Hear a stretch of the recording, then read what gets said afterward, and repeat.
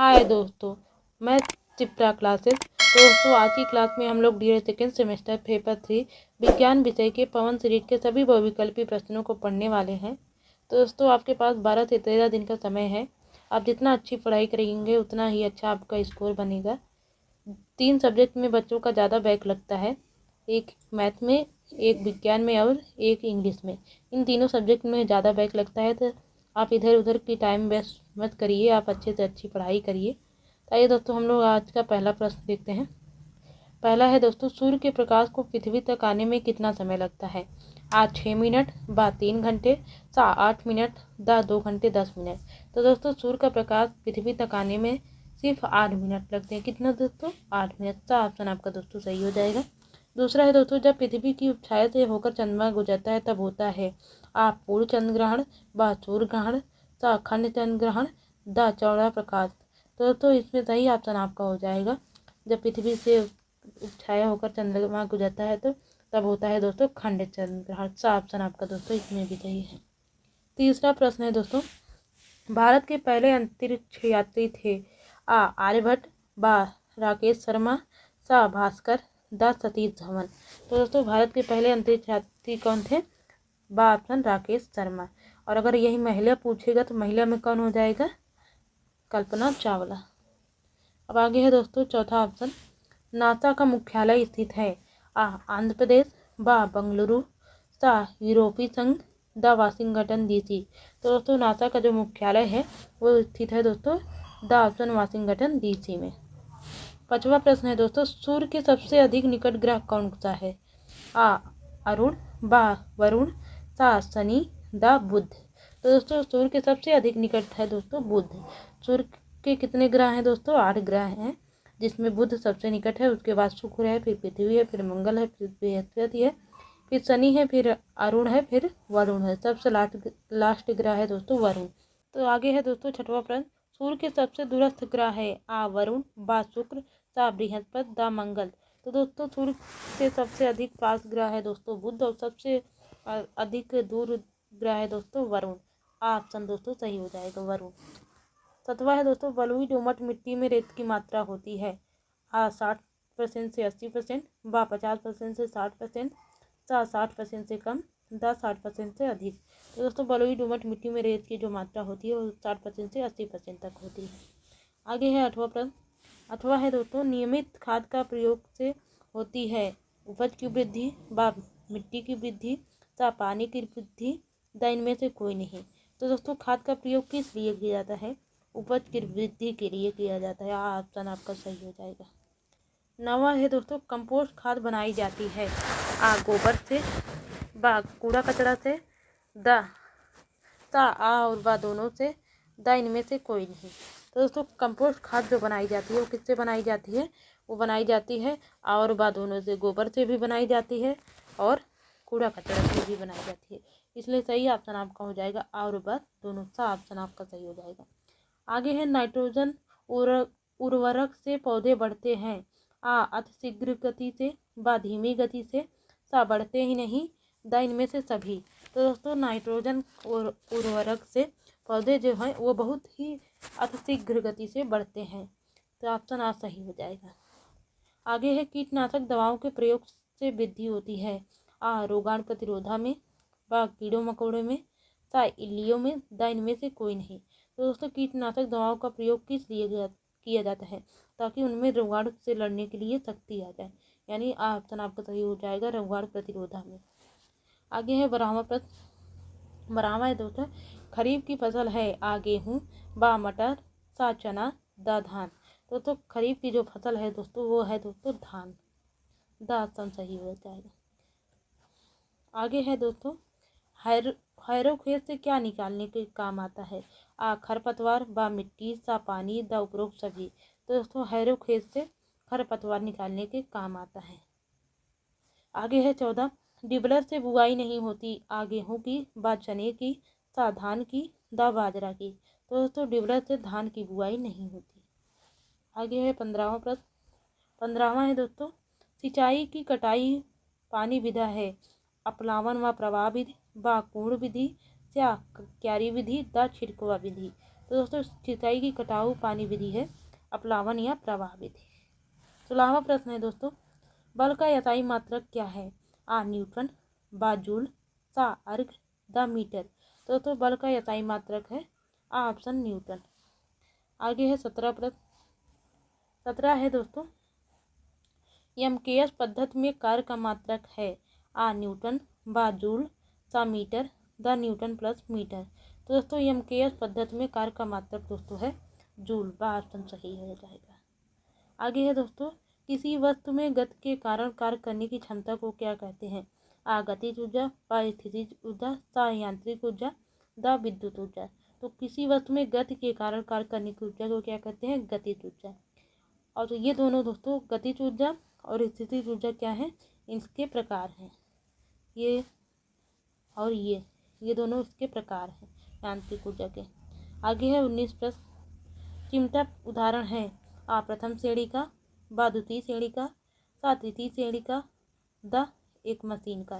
तो दोस्तों चिमटा जो है वो तृतीय श्रेणी उत्तोलक का उदाहरण है, क्योंकि इसमें बीच में बल लगाया जाता है और एक तरफ आलम्ब रहता है और दूसरी तरफ बाहर रहता है। आगे है 20 प्रश्न। प्रेरणा प्राप्त करने वाली नवकरणीय ऊर्जा का स्रोत है आ ज्वार भाटा की ऊर्जा, बा प्राकृतिक गैस, सा कोयला, द पेट्रोलियम। तो दोस्तों पुनः प्राप्त करने वाली ऊर्जा का जो स्रोत है वो है दोस्तों ज्वार भाटा, क्योंकि यह पुनः प्राप्त हो जाती है। इसे नवीनीकृत यानी नए रूपों में बदला जाता है, नए स्रोतों में बदला जाता है। 21वां है दोस्तों, पुनः प्राप्त न होने वाली अनवीकरणीय ऊर्जा का स्रोत है आ कोयले की ऊर्जा, बा सौर ऊर्जा, सा पवन ऊर्जा, द बहते हुए पानी की ऊर्जा। तो दोस्तों इसमें जो पुनः नहीं प्राप्त हो सकती वह है दोस्तों कोयले की ऊर्जा, क्योंकि कोयला को बस एक बार जला दिया जाता है तो वो राख बन जाता है और उससे कोई ऊर्जा नहीं प्राप्त की जा सकती है। आगे है 22 प्रश्न। सौर ऊर्जा को सीधे विद्युत ऊर्जा में बदला जाता है आ सोलर कुकर द्वारा, बा सौर जल उष्मक द्वारा, सा सौर भट्टी द्वारा, द सौर सेल द्वारा। तो दोस्तों सौर ऊर्जा को सीधे विद्युत ऊर्जा में बदला जाता है, वो किससे बदला जाता है? सौर सेल द्वारा। आगे है 23वां प्रश्न। 23वां है कार्य है आ सदिश राशि, बा अदिश राशि, सा न्यून राशि, द इनमें से कोई नहीं। तो कार्य दोस्तों एक अदिश राशि है। आगे है दोस्तों 24 प्रश्न। 24 है दोस्तों, ऊर्जा का मात्रक एमकेएस पद्धति में है आ किलोग्राम, बा केल्विन, सा जूल, द इनमें से कोई नहीं। तो दोस्तों ऊर्जा और कार्य का मात्रक एक ही होता है एमकेएस पद्धति में, इसलिए अगर ऊर्जा का या कार्य का मात्रक पूछे तो क्या हो जाएगा दोस्तों? जूल हो जाएगा। आगे है 25 प्रश्न। 25 प्रश्न है दोस्तों, यांत्रिक ऊर्जा के कितने प्रकार होते हैं? आ 3, बा 2, सा 4, द 6। तभी दोस्तों हमने आपको 19 प्रश्न में बताया था कि यांत्रिक ऊर्जा के कितने प्रकार है दोस्तों। तो यांत्रिक ऊर्जा के 2 प्रकार है, कौन कौन से? गतिज ऊर्जा और स्थितिज ऊर्जा। आगे है 26 प्रश्न। ऊर्जा का प्रमुख स्रोत है आ चिमनी, बा सूर्य, सा लालटेन, द इनमें कोई नहीं। तो दोस्तों ऊर्जा का प्रमुख स्रोत क्या हो जाएगा? सूर्य, क्योंकि उससे ही सारी ऊर्जा प्राप्त होती है। आगे है 1 जूल होता है आ न्यूटन गुणे मीटर स्क्वायर, बा न्यूटन प्रति मीटर, सा 1 न्यूटन बटे 1 मीटर, द 1 मीटर गुणे सेकेंड। तो दोस्तों 1 जूल होता है दोस्तों न्यूटन गुणे 1 मीटर के बराबर होता है। आगे है 28 प्रश्न। 28 है दोस्तों, निम्न में से सरल मशीन है आ पहिया, सा घिरनी, सा पेंच, द सभी। तो दोस्तों ये सभी ही सरल मशीन का उदाहरण है, इसलिए सही ऑप्शन सभी हो जाएगा। आगे है 29 प्रश्न। 29 है दोस्तों, सीढ़ी किस प्रकार का उत्तोलक है? आ प्रथम, बा द्वितीय, सा तृतीय, द इनमें से कोई नहीं। तो दोस्तों सीढ़ी जो है इसमें एक तृतीय उत्तोलक का उदाहरण है। आगे है 30 प्रश्न। 30 है दोस्तों, सरल मशीन है आ मोटरसाइकिल, बा सिलाई मशीन, सा घिरनी, द उपरोक्त सभी। तो दोस्तों यहाँ पे सरल मशीन अभी अभी ऊपर 28 या 27 प्रश्न में था। सरल मशीन का उदाहरण क्या हो जाएगा? घिरनी। सा ऑप्शन दोस्तों सही हो जाएगा।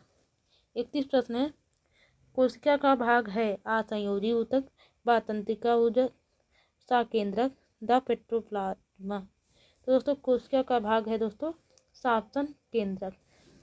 32 है दोस्तों, जीवन का मूल आधार है। आ पेट्रोप्लाज्मा, बा साइटोप्लाज्मा, सा जीव द्रव्य, दा सेट्रोसोम। तो दोस्तों इसमें जीवन का मूल आधार जो है वो है दोस्तों जीव द्रव्य। सा ऑप्शन आपका दोस्तों सही हो जाएगा, जीव द्रव्य। आगे है 33 प्रश्न, प्रकाश संश्लेषण क्रिया में आवश्यक तत्व है। आ कार्बन डाइऑक्साइड, बा जल, सा प्रकाश, द उपरोक्त सभी। तो दोस्तों प्रकाश संश्लेषण की क्रिया में कार्बन डाई भी आवश्यक है, जल भी आवश्यक है और प्रकाश भी आवश्यक है, इसलिए सही ऑप्शन द हो जाएगा, सभी। आगे है मानव शरीर में कितनी अस्थियां होती हैं। आ 204, बा 206, सा 208, द 216।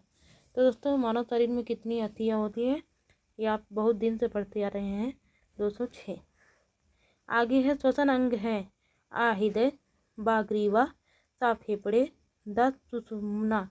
तो दोस्तों श्वसन अंग क्या है जिससे हम सांस लेते हैं, वो है फेफड़े। आगे है 36 प्रश्न। 36 है कंकाल तंत्र के कार्य हैं। आ शरीर को दृढ़ता प्रदान करना, बा श्वसन में सहयोग प्रदान करना, सा रक्त कणिकाओं का निर्माण करना, द सभी। तो दोस्तों इसमें सही ऑप्शन आपका हो जाएगा शरीर को दृढ़ता प्रदान करना, ये कंकाल तंत्र के कार्य हैं। आगे है 37 प्रश्न। 37 है दांतों के ऊपर चढ़े आवरण को क्या कहते हैं। आ क्राउन, बा इनेमल, सा पल्प, द डेंटाइन। तो दोस्तों दांतों के ऊपर जो चढ़े आवरण होते हैं उन्हें हम लोग इनेमल के नाम से जाने हैं। आगे है दांतों को स्वस्थ रखने के लिए क्या लेना चाहिए। आ विटामिन ए और सी, बा विटामिन बी और सी, सा विटामिन ए और डी, द विटामिन के। तो दोस्तों दांतों को स्वस्थ बनाए रखने के लिए विटामिन ए और डी का प्रयोग करना चाहिए। आगे है 39 प्रश्न। 39 है दोस्तों दांतों का कार्य क्या है। आ भोजन को चबाना, आ भोजन को फाड़ना, सा भोजन को छोटे छोटे टुकड़े में काटना, द उपरोक्त सभी। तो दोस्तों दांत के सभी कार्य हैं, इसलिए सही ऑप्शन द हो जाएगा, उपरोक्त सभी। आगे है 40 प्रश्न। अमाशय में पाया जाने वाला एंजाइम है। आ टाइलिन, बा म्यूसिन, सा पेप्सिन, द ट्रिप्सिन। तो दोस्तों अमाशय में जो पाया जाता है वो पाया जाता है सा ऑप्शन पेप्सिन। आगे है शर्करा का नियमन करने में सहायक हार्मोन है। आ पैराथार्मोन, बा गेस्ट्रिन, सा इंसुलिन, द कीटो जैविक। तो दोस्तों शर्करा का जो नियमन करने वाला सहायक हार्मोन है वो है दोस्तों सा ऑप्शन इंसुलिन। आगे है 42 प्रश्न। 42 है कैल्शियम तथा फास्फोरस के नियमन का कार्य करता है। आ पैराथार्मोन, बा डाइबेटोजेनिक, सा रेनिन, द पेप्सिन। तो दोस्तों कैल्शियम तथा फास्फोरस का नियमन का कार्य करता है ऑप्शन पैराथार्मोन। आगे है 43 प्रश्न आज का। 43 है दोस्तों जल में घुलनशील विटामिन है। आ विटामिन ए, बा विटामिन बी, सा विटामिन के, द विटामिन डी। तो दोस्तों जल में घुलनशील सिर्फ दो ही विटामिन है, विटामिन बी और सी। और ए, के, डी और ई ये सभी क्या है, वसा में घुलनशील विटामिन है। आगे है 44 प्रश्न। 44 प्रश्न है दोस्तों दांतों की मजबूती के लिए आवश्यक है। आ फास्फोरस, बा कैल्शियम, सा कैल्शियम तथा फास्फोरस, द कोई नहीं। तो दोस्तों दांतों की मजबूती के लिए कैल्शियम तथा फास्फोरस दोनों आवश्यक है। आगे है दोस्तों पैकेट का दूध संरक्षित किया जाता है। आ रसायनों द्वारा, बा हिमीकरण द्वारा, सा पाश्चुरीकरण द्वारा, द किण्वन द्वारा। तो दोस्तों पैकेट का दूध संरक्षित किया जाता है वो किया जाता है पाश्चुरीकरण द्वारा। आगे है 46 प्रश्न। 46 है दोस्तों परमाणु का समस्त द्रव्यमान निहित होता है। आ प्रोटॉन में, बा इलेक्ट्रॉन में, सा प्रोटॉन तथा न्यूट्रॉन में, द इलेक्ट्रॉन तथा न्यूट्रॉन में। तो दोस्तों परमाणु का जो समस्त द्रव्यमान निहित होता है वो निहित होता है प्रोटॉन तथा न्यूट्रॉन में। आगे है 47 प्रश्न। 47 है किसी तत्व का परमाणु क्रमांक बराबर होता है उसके परमाणु में उपस्थित न्यूट्रॉनों की संख्या के, बा प्रोटॉनों की संख्या के, सा प्रोटॉनों प्लस न्यूट्रॉनों की संख्या के, द प्रोटॉनों तथा इलेक्ट्रॉनों की संख्या से। तो दोस्तों किसी तत्व में परमाणु क्रमांक बराबर होता है उसके परमाणु प्रोटॉनों की संख्या के बराबर होता है। आगे है 48 प्रश्न आज का। परमाणु के नाभिक में स्थित होते हैं आ प्रोटॉन तथा न्यूट्रॉन, बा प्रोटॉन तथा इलेक्ट्रॉन, सा इलेक्ट्रॉन तथा न्यूट्रॉन, द इलेक्ट्रॉन तथा बीटा कण। तो दोस्तों इसमें सही ऑप्शन हो जाएगा परमाणु के नाभिक में स्थित होते हैं प्रोटॉन तथा न्यूट्रॉन। आगे है निष्क्रिय गैस का इलेक्ट्रॉनिक विन्यास है 2 6 2 7 7 2 8 2 8 2। तो दोस्तों निष्क्रिय गैस का इलेक्ट्रॉनिक विन्यास जो होता है 2 8 होता है, क्योंकि निष्क्रिय गैस का जो ऑर्बिटल होता है वो पूरी तरह से भरा होता है इलेक्ट्रॉनों से, उससे अन्य इलेक्ट्रॉनों की आवश्यकता नहीं होती है। आगे है 50 प्रश्न। 50 प्रश्न है दोस्तों। परमाणु द्रव्यमान में अंतर्राष्ट्रीय मात्रक है आ कार्बन 12, बा हाइड्रोजन 1, सा ऑक्सीजन 16, द नाइट्रोजन 14। तो दोस्तों परमाणु द्रव्यमान का अंतर्राष्ट्रीय मात्रक है आ ऑप्शन कार्बन 12। दोस्तों 51 प्रश्न है। कैल्शियम हाइड्रोक्साइड का सही सूत्र है आ कैल्शियम पराऑक्साइड, बा कैल्शियम हाइड्रोक्साइड, सा calcium peroxide, the calcium oxide. तो दोस्तों इसका सही सूत्र हो जाएगा ऑप्शन, ये वाला सूत्र सही है और ये सभी दोस्तों गलत है। आगे है दोस्तों 52 प्रश्न, आज का लास्ट प्रश्न है ये। भौतिक परिवर्तनों में पदार्थ के अणु परिवर्तन होते हैं व पदार्थ के अणु का परिवर्तन नहीं होता। तो दोस्तों इसमें सही ऑप्शन आपका हो जाएगा भौतिक परिवर्तन में पदार्थ के अणुओं का परिवर्तन नहीं होता है, वह ऑप्शन आपका दोस्तों सही हो जाएगा। तो दोस्तों आज की क्लास यहीं पे ख़त्म करते हैं, फिर मिलेंगे इसके सेकेंड पार्ट के साथ। तब तक के लिए bye bye and take care.